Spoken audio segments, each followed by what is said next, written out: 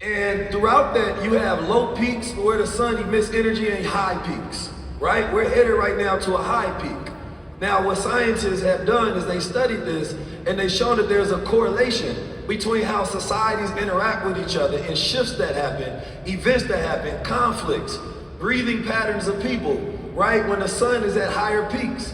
And you can correlate this with new innovations in technology and women's movements, right? So at the last highest peak, that was the beginning of the women's movement, Cosmic Cycle 19. Just happened to be that 19 keys.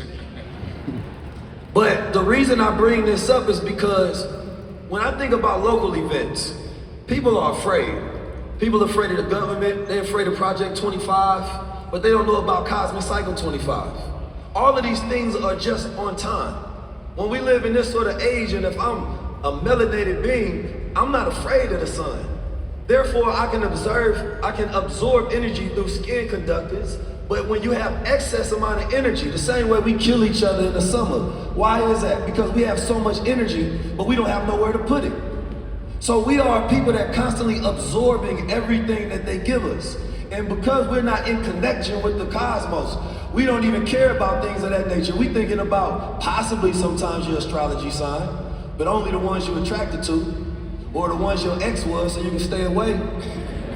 But we not really thinking of how we can utilize this information the way when they created astrolobes back in the day, so they can understand when were the best dates for me to plant, when were the best dates for me to get in a relationship, when is the best time for us to create the shift.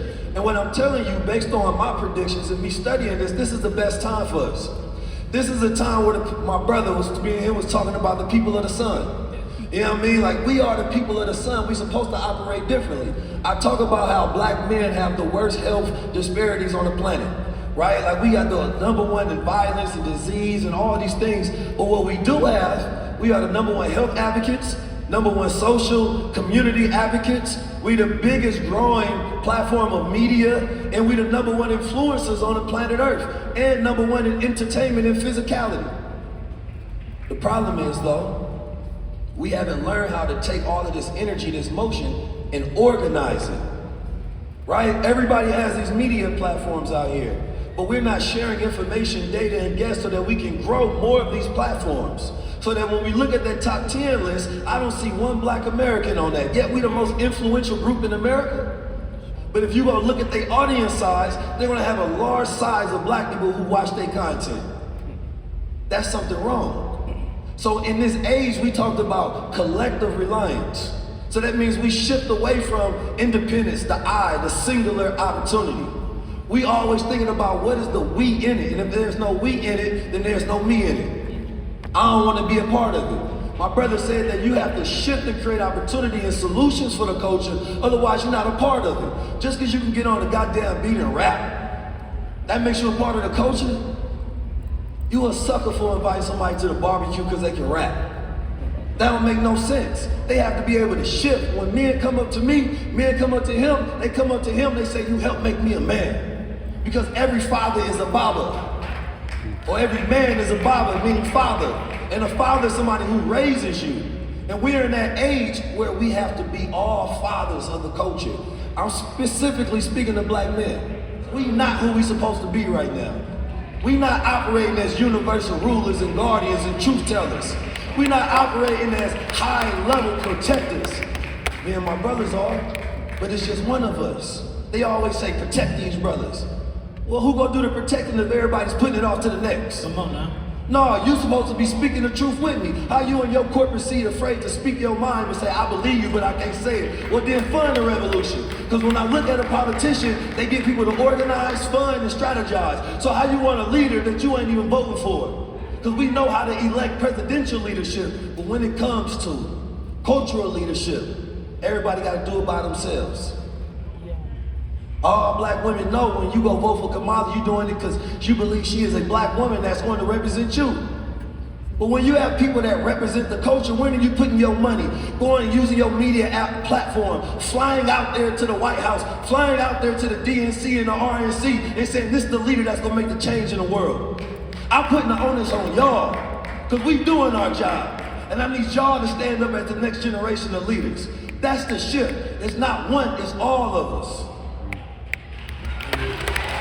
To avoid that smell altogether, to avoid it altogether. So this just shows you that everything is not passed down genetically.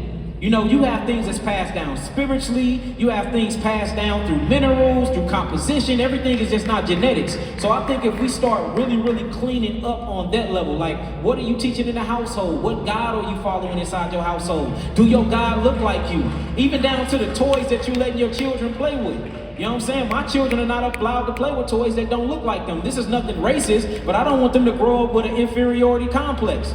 Their Superman shouldn't look like any other ethnicity. Their Superman should look like them. That way, when they see Superman and they see Superman doing all of his supernatural capabilities, they feel like that they can connect with that and lean on it as well. So it's not, health is more than about eating right and going and getting the sun, y'all. It's about the information that we bringing into our households, y'all. Seriously. And we just not doing it. And I'm even sitting up here thinking about this too. What you talking about? If we really gonna come together collectively, you know, you got a man that make clothes. I shouldn't even be sitting up here with nobody else brand on because you got a man that make clothes. I shouldn't even be having these shoes on. Your shoes are custom made. So I could have seen this. How you know that love is a part of sacrifice. I could have sacrificed myself in the clothing that I love that feel good on me just to put money in his brother's pocket to keep that dollar circulating amongst us and came out here and represented him. So this is even a shot culture to myself. I want, since you mentioned it, most of the people didn't know I'm starting to do a partnership with a manufacturing facility out in LA. It's a black man. And he owns a manufacturing facility, and we putting together this grant. It's a $25,000 grant to where we're gonna be doing a making the brand process, where people can submit to be a part of this. You submit what your brand is, and we will help you build it from the ground up. Now, he took me to one of the facilities, and he told me that I was the first black man that even wanted to step in here to see the beginning root process of a t-shirt being yarned. Right before it becomes a shirt, we put our influence, then we can increase the price of it, and we pay $3,000 for it. It's an Iranian gentleman. He said, man, we love y'all because they've been doing this for generations, and none of y'all want to do this. Y'all been feeding his family for generations with your influence. When you wear it and you stun on your own people and be like, look, you ain't got this. All you doing is making their family richer. People talk about they don't want immigrants taking their jobs. Immigrants already got your job. They produce everything you buy. America imported $546 billion worth of goods from China. Right? There's over 2 billion shoes made. Less than 1% of them are made in the US. Not just black people are consumers. America is a consumption factory. We just eat. That's why we're the most gluttonous and greediest and biggest people on the planet Earth. So when I say prosumer, it means produce what you consume. Produce what you consume. We want to talk about reparations? They exist in our habits. Exactly. All we have to do is change the way we do business. Yeah. So you can get fly, because we ain't gonna never stop getting fly. I already know that.